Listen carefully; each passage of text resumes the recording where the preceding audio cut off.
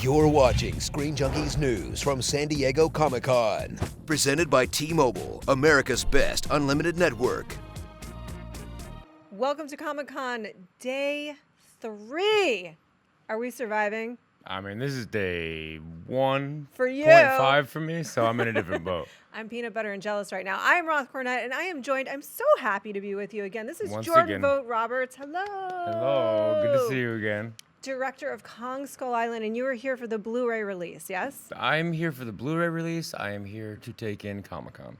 And how you actually, I want to talk about Kong and the Blu-ray and what we're going to learn there, but you just kind of had a brawl, Kong-like brawl, with a very infamous film critic. Yeah, I just did an event that paired critics who didn't like the movie with critics who did like the movie and the filmmaker, and the guy who did not like my movie, as he does not like most movies. And so it was just me and him up on stage, and I was like battle ready, like let's get into this, like let's get our hands dirty, talk about the sunken place. Tell me about this event. What is it like for you, though, to sort of feel like you're defending your work? Is that what it felt like? Honestly, I'm not even defending my work half the time, because his review, like in his review of Kong, he's simultaneously like referencing Matthew Barney's Creme Master cycle and then talking shit on Apocalypse Now itself.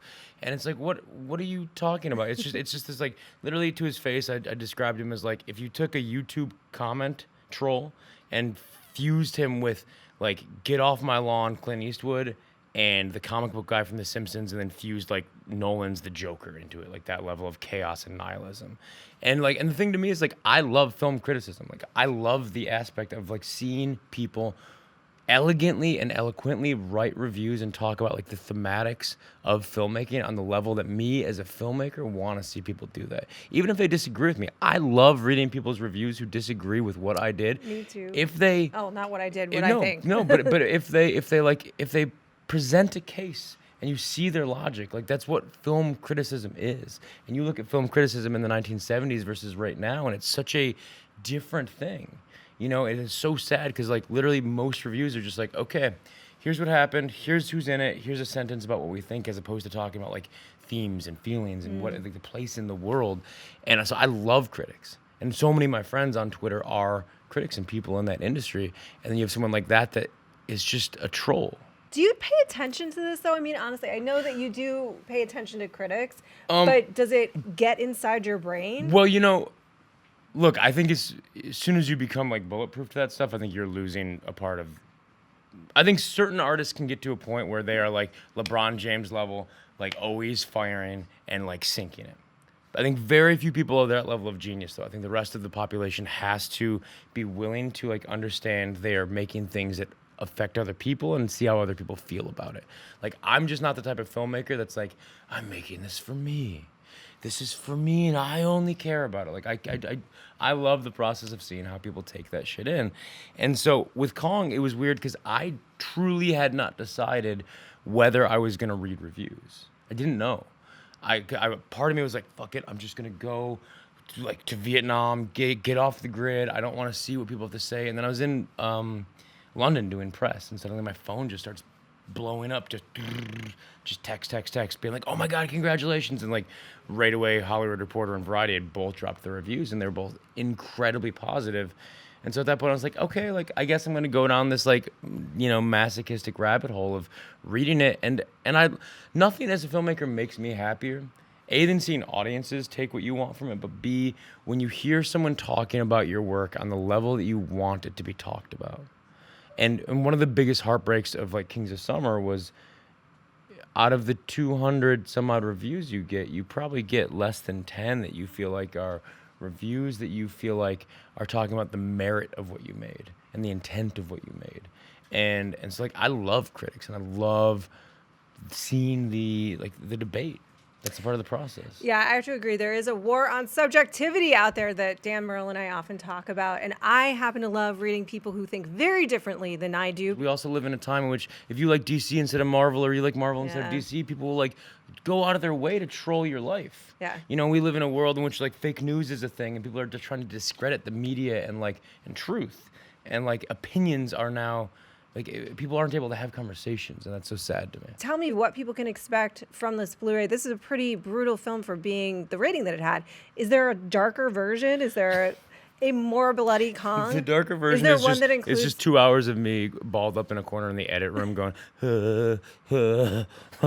no, it's but there's not an extended edition on this. There's like some deleted scenes. There's a commentary that I did, and then a commentary that me and the cast did, and there's a bunch of cool, very awesome featurettes that people did. But eventually, I'd love to do sort of like a deeper, unrated, like, proper sort of director's cut. But we'll see if they let me do that. Steal the footage. Be James Cameron about it. Be Yeah, rogue. Go exactly. rogue. I'll go make more friends that way. Offering terrible advice to people who actually work in Hollywood, straight from the internet. I am Roth Cornett. This is Mr. I love it when you're here. Jordan I love Vogt-Roberts, being here. Come back. Come talk to me about Anytime. movies. All you want. We always go on dumb tangents. Yeah, That's we kind of do. what we Well, did. I feel like last time there was a lot of really dumb tangents. I thought they were really smart I tangents. love them. I'm just saying. Your tangents were smart. My tangents were about to be no, would you have include Kong penis?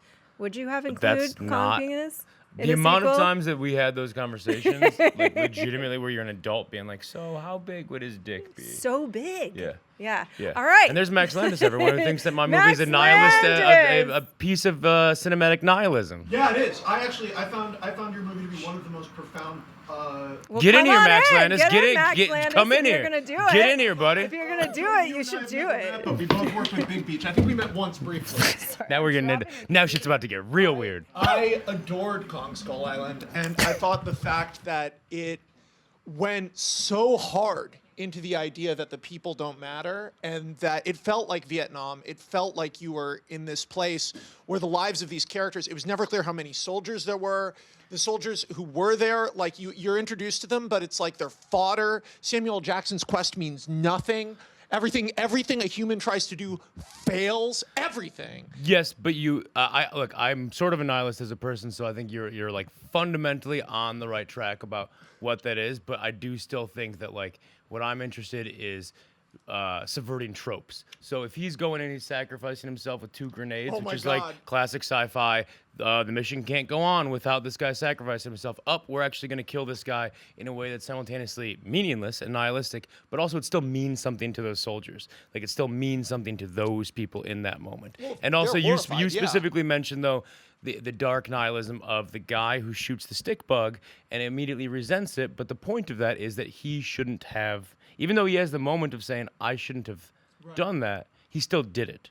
Whereas he still did it. And so he should be punished. If that's his initial reaction, he should be punished, as opposed to Hiddleston and Thomas Mann and those guys when they encounter the water buffalo, they don't fire. Right. And so it's about different understandings and different layers of pacifism within that nihilism. So I read that tweet. Did you like it? I was talking to Derek about it last night. Dude, I like your Twitter rant. No, I enjoyed that. It was a very interesting take that tapped into a lot of the things I was playing with. I don't think it is as bleakly nihilist as you think. But that is a huge element of it, and me treating the humans as specifically, generally, as like a problem. Yeah, a problem. They And are a problem. it's such a smart attack on the audience's expectations for a movie like this. Buy Kong Skull Island on Blu-ray. Max Landis said it here first, people. Yeah, I- buy it. It's good and fun and weird and dark and sick and very funny. Max did that promotion amazingly. Thank you. I know. Can you just Thank do you all for my PR hopping for on now? here and doing the promotion for us.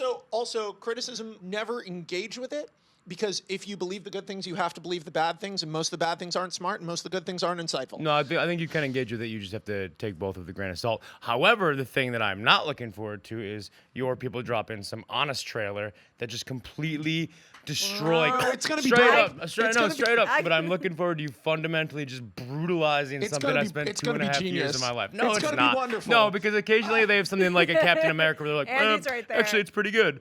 They And then hate when they they're do honest gonna, trailers you for guys good are gonna movies. shit all over Kong. It's I rough. know it. I'm gonna get out of here before BC. Max Landis. You want to help write it? I would love to. Let's do it. All right, but Can you be honest? I will be the #1 person to tell you everything wrong with that movie. I am. We are not everything wrong with. I badly want to do the I will Victor tell you. Frankenstein things. one. I will tell you everything honest. comedy. Then I will. I told you I badly want to do the Victor Frankenstein one, but it's not notable enough to get one. Please, we love you. Come help us do it. I Okay, will. I'm gonna I get swear out to of God. I swear to God. All right. I think we got to wanna get out of here. This has devolved into chaos. I love it. This is amazing chaos. You guys are two great creators that are working, that are debating film criticism. It's not going to get better than that for me, so I'm leaving for the like, day. wrap this shit Andy's up. telling me to shut the Yeah, hell up. wrap Buy it the DVD. Do the things. Buy Kong Skull Island. Watch Screen Junkies Bye, News. Kong. This is like Kong leaving my life. This is literally me saying, you guys are saying, bye, Kong Skull Island, and I'm saying, bye. This episode was presented by T-Mobile, America's best unlimited network.